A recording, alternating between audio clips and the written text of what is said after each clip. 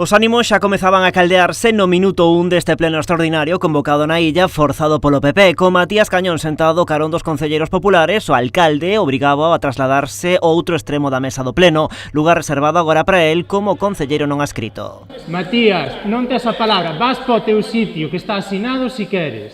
Segundo aviso.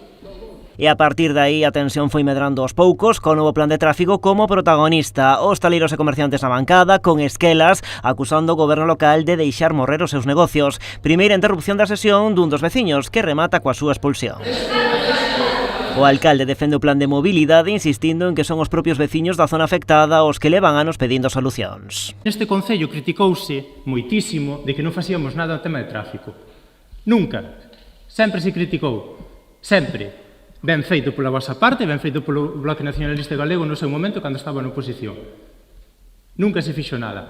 Empezamos a adoptar medidas que están aprobadas nun PEMUS aprobados por todos neste pleno. E con participación da xente. Aquí non se agachou nada a nadie. A nadie.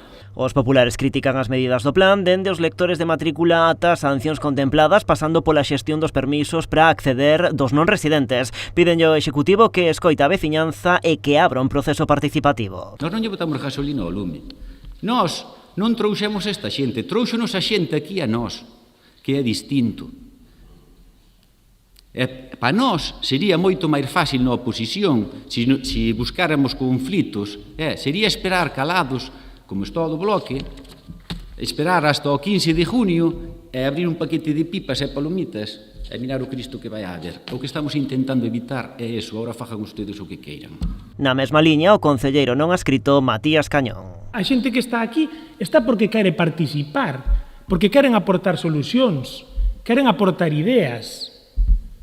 Escoiteos, xa que tanto alardea de que no 2017 escoitouse e viñeron non sei cantas persoas, pois mira, aquí os ten, queren volver a colaborar. Escoiteos.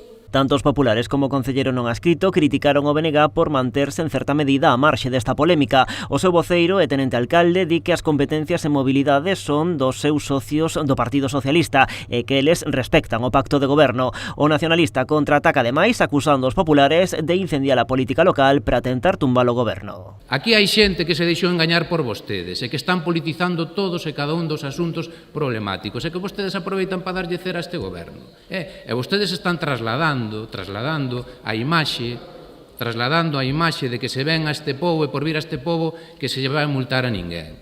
E iso é falso. Nin en este nin en ningún. Nin en este nin en ningún. Entendo? Este é o exemplo do que vostedes fomentan.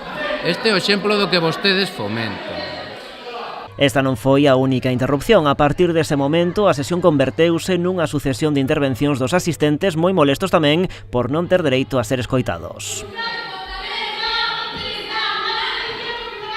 Isto é o que trae o Partido Popular a este pleno.